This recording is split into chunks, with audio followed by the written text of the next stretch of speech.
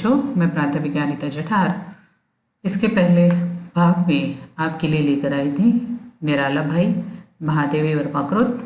और आज मैं आपको व्यवहारिक हिंदी के लिए पल्लवन ये पाठ लेकर आई हूँ। पल्लवन का अर्थ होता है किसी उक्ति, पंक्ति, काव्यांश का सरल शब्दों में विस्तार करना। इस पल्लवन के लेखक है दयानंद तिवारी। इनका जन्म महाराष्ट्र में रायगढ़ जिले में खोपोली गांव में हुआ। इनकी प्रमुख कृतियां हैं साहित्य का समाजशास्त्र, समकालीन हिंदी कहानी, विविध विमर्श, चित्रा मुद्गल के कथा साहित्य का समाजशास्त्र, हिंदी व्याकरण, हिंदी कहानी के विविध आयाम। ये जो पाठ उन्होंने दिया है, इस पाठ में उन्होंने इस पल्लवन का अर्थ, किसी उद्धरण, सुक्ति, सुवचन के विस्तार, अर्थ लेखन को एकदम सरल ढंग से उन्होंने क्या किया है, समझाया है। पल्लवन का व्यवहारिक हिंदी के विभिन्न क्षेत्रों में इसकी उपयोगिता पर भी इस पाठ में प्रकाश डाला है। मैंने पहले ही बता दिया था कि पल्लवन का अर्थ होता है कि किसी बात को सरलता से कहना। इस प्रकार क्या है, ये पल्लवन पाठ दिया गया है। लेकिन मैं पाठ न देखते हुए मैं सीधे आपको इस पल्लवन की विशेषताएं, इसके बिंदु, किस प्रकार इसकी प्रक्रिया होती है और एक उदाहरण देकर मैं आपको ये पल्लवन की प्रक्रिया समझाऊंगी। आप सभी ने एक बीज जो है, उस बीज को क्या किया होगा, कभी ना कभी मिट्टी में बोया होगा। जब वो बीज अंकुरित होता है तब उसमें शुरू में सिर्फ 2 ही पत्ते होते हैं। धीरे धीरे धीरे धीरे उनमें क्या होती है, पत्तों का विस्तार होता है। इसी प्रकार पल्लवन ऐसा ही है। पल्लवन का मतलब ही होता है कि किसी सुक्ति, पंक्ति या काव्यांश का विस्तार करना। ये इसके बिंदु भी है या इसकी क्या है, विशेषताएं भी है। पल्लवन के लिए दिए गए वाक्य समान नहीं होते। इसका मतलब ये होता है जो भी वाक्य आपको पल्लवन के लिए दिया है, हर वाक्य अलग अलग होता है, हर उक्ति अलग अलग होती है, एक समान नहीं होती है। पल्लवन में अन्य उक्ति का विस्तार नहीं जोड़ना चाहिए। अगर आप किसी एक उक्ति का आप विस्तार कर रहे हो, किसी एक उक्ति पर आप लिख रहे हो, तो किसी और उक्ति का अर्थ उसमें नहीं आना चाहिए। विस्तार का मतलब होता है एक्सप्लेनेशन। इसमें किसी भी क्लिष्ट शब्दों का प्रयोग नहीं करना चाहिए। क्लिष्ट, हार्ड वर्ड जो होते हैं, उनका प्रयोग हमें बिल्कुल भी इसमें करना नहीं हो। सरल शब्द हो, अर्थ भी इसका क्या हो, सरल हो, ऐसे शब्दों का प्रयोग हमें इसमें करना चाहिए। पल्लवन करते समय अर्थ और भाव में एक सूत्रता में बंधना क्या होता है, आवश्यक होता है। नहीं तो अर्थ कुछ और निकल रहा है और उसके भाव कुछ और निकल रहे हैं, ऐसा नहीं होना चाहिए। तो अर्थ और भावों की दृष्टि से ये एक सूत्र में, जिस फ्लो जिसे कहते हैं ना, राइटिंग का जो फ्लो होता है, लिखने का जो फ्लो होता है, उस एक सूत्रता कहते हैं। ये इसमें क्या होती है, पल्लवन में आवश्यक होती है। इसी के साथ साथ इसके वाक्य छोटे होने चाहिए और इसका अर्थ जो है, जब वाक्य हम पढ़ेंगे तब उसका अर्थ भी क्या होना चाहिए, स्पष्ट होना चाहिए। आपके किसी भी वाक्य से कोई और अर्थ इसका ना निकले, इस प्रकार से आपको वाक्य की क्या करनी होती है, रचना करनी होती है। भाषा सरल होनी चाहिए, स्पष्ट होनी चाहिए और मौलिक होनी चाहिए। मतलब भाषा के बारे में सरल, सिंपल होनी चाहिए। स्पष्ट मतलब जो आप कह रहे हो समझ में आना चाहिए, और मौलिक मतलब ग्रामर की दृष्टि से सही, मानक वर्तनी जिसे कहते हैं हिंदी में, उसे क्या कहा जाता है, भाषा मौलिक होनी चाहिए।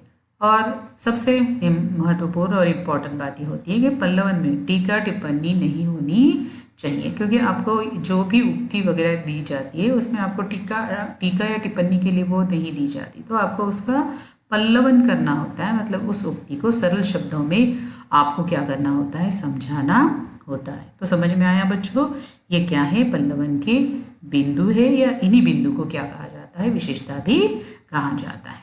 अब देखते हैं पल्लवन की प्रक्रिया। पल्लवन की प्रक्रिया मतलब आप किस प्रकार से पल्लवन करोगे, तो जो भी विषय दिया है उस विषय को आपको पहले भली भांति समझना है, उस विषय पर आपको ध्यान केंद्रित करना है, उसका अर्थ स्पष्ट होने पर फिर से क्या करना है, आपको इसके बारे में सोचना है। क्योंकि कभी कभी होता है कि अर्थ स्पष्ट हो जाने के बाद भी कुछ ऐसे विचार उसमें आ जाते हैं कि जो शायद हो सकता है क्या हो सही नहीं हो। तो जो भी आपको उसका अर्थ स्पष्ट समझ में आ गया है, फिर से आपको उसे एक बार क्या करना चाहिए, सोचना आवश्यक है।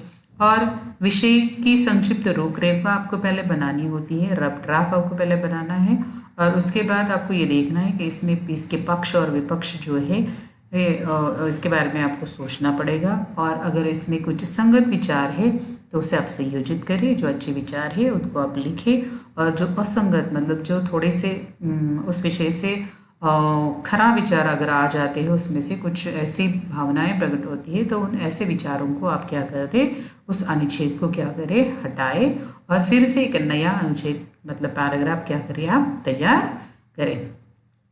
इसकी समय सीमा जो है इस पर भी आपको क्या करना है, ध्यान केंद्रित करना होगा। निबंध की जैसे इसे बहुत ज़्यादा बढ़ा चढ़ा कर लिखना नहीं होता है, बात पॉइंट टू कर कहते हैं ना, पॉइंट टू पॉइंट कहनी होती है।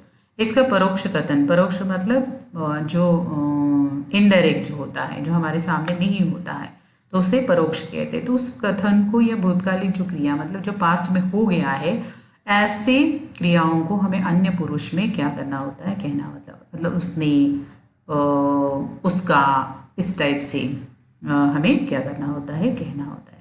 तो ये पल्लवन की क्या है, कुछ प्रक्रिया की कुछ बिंदु मैंने आपको यहाँ क्या की है, बताए हैं। आगे देखते हैं। देखिए अब यहाँ पर मैंने एक उदाहरण लिया है और उस उदाहरण को आपको क्या किया है, समझाया है। अगर आपको ये उदाहरण समझ में आ गया तो आपको ये पल्लवन करना ज़्यादा मुश्किल नहीं होगा। देखिए मैंने क्या दिया है यहाँ पर, ढाई आखर प्रेम के पढ़े सो पंडित हो, ये पंक्ति का भाव पल्लवन कीजिए। अब देखिए ये पंक्ति जो दी है इसमें भाव है, एब्स्ट्रैक्ट नाउन यहाँ पर है, इसलिए इसमें भाव पल्लवन कहा है। और अगर आपको कोई और पंक्ति देते हैं तो उसमें विचार होते हैं, इसीलिए इसमें क्या दिया जाता है कि विचार पल्लवन कीजिए। तो जिसमें भाव होगा वो भाव पल्लवन होगा, जिसमें विचार होंगे वो विचार पल्लवन होगा। तो दोनों बातें क्या है, सही है। भाव को, प्रेम ये भाव है, ये कोई विचार नहीं है, इसलिए यहाँ भाव पल्लवन कहा है। तो देखिए ढाई आकर प्रेम के पढ़े सो पंडित होय, ये अक्षर कितने हैं कहा है, ढाई है। ढाई, ढाई मतलब 2.5। प्रेम ये शब्द ढाई अक्षर से बना हुआ है। प्रेम एक ऐसी भावना है जिससे संसार का कोई जीव अछूता नहीं है। प्राणियों में, मनुष्यों में, ये क्या पक्षियों में ये प्रेम क्या होता है, पाया जाता है। तो इसे क्या कहा है कि ये प्रेम से कोई भी जीव संसार का अछूता नहीं है। प्रेम ये अपार शक्ति है और जिससे ही या इससे ही लोग एक दूसरे से जुड़ते हैं। आप भी देख लीजिए, जब जहाँ प्रेम नहीं होता वहाँ आपका मन बिल्कुल लगता नहीं, वहाँ जाने की भी हमारी क्या नहीं होती, इच्छा नहीं होती है। लेकिन जहाँ पर प्रेम होता है उन लोगों से क्या होता है, मिलने जुलने का हमारा मन अवश्य होता है, और इसी प्रेम के कारण हम लोग एक दूसरे से क्या है, जुड़े हुए हैं। प्रेम ही मानव में मानवता की भावना निर्माण करता है, क्योंकि अगर प्रेम है वही मानवता होगी ना, सही। क्योंकि प्रेम नहीं है तो मानवता कैसे होगी, क्योंकि मनुष्य को अगर कुछ हुआ या किसी इंसान को अगर कुछ हो जाता है, उसके दुख में, उसके सुख में हम जब शामिल होते हैं तो उसे तो क्या कहते हैं, मानवता कहते हैं। तो ये मानवता आती कहाँ से, प्रेम से ही तो आती है। तो प्रेम ही मानव में क्या लाता है, मानवता की भावना लाता है।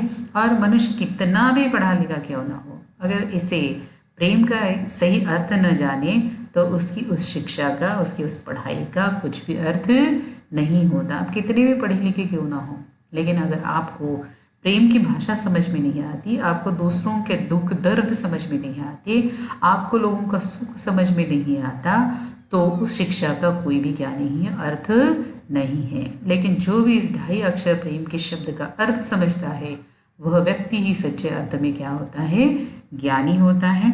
उसी ज्ञानी बनने के लिए किसी अन्य या कोई और किताब पढ़ने की क्या नहीं होती, आवश्यकता नहीं होती और इसी प्रेम से वो क्या कर सकता है, ईश्वर को भी प्राप्त कर सकता है, क्योंकि ईश्वर भी क्या चाहता है, भक्त और ईश्वर में भी क्या होता है, ये भक्ति प्रेम का ही क्या होता है, एक मार्ग होता है, प्रेम का ही क्या है, एक सिंबल होता है। तो प्रेम से ही भक्ति क्या की जाती है ईश्वर की, और इस प्रेम से ही हम क्या कर सकते हैं, ईश्वर को प्राप्त कर सकते हैं। तो इस प्रकार ये पल्लवन किया जाता है, और कोई भी आपको पंक्ति अगर दी गई है तो उस पंक्ति का पल्लवन मतलब उसका विस्तार आपको क्या है करना है। मैंने भी देखिए यहाँ गिने चुने शब्दों में ही क्या किया है, इसका भाव पल्लवन किया है। बहुत ज़्यादा शब्दों का, बहुत ज़्यादा बड़े मतलब पैराग्राफ का मैंने यहाँ इस्तेमाल नहीं किया है।